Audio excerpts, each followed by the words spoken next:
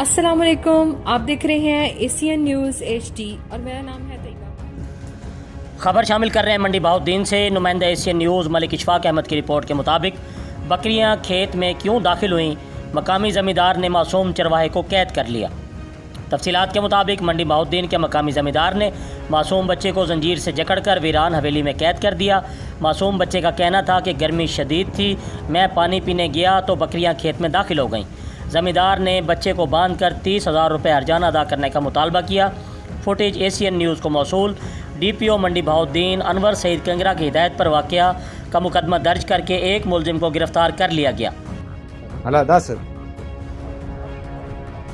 के कीते दस के ओ तगड़ा हो 10 के कीते एक बारी बोल क्या पिछो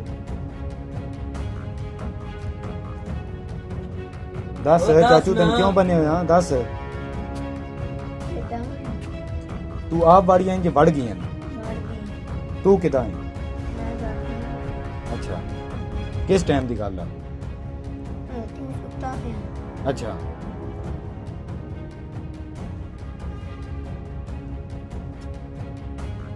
और मुड़ तू चाचे नाल के आखे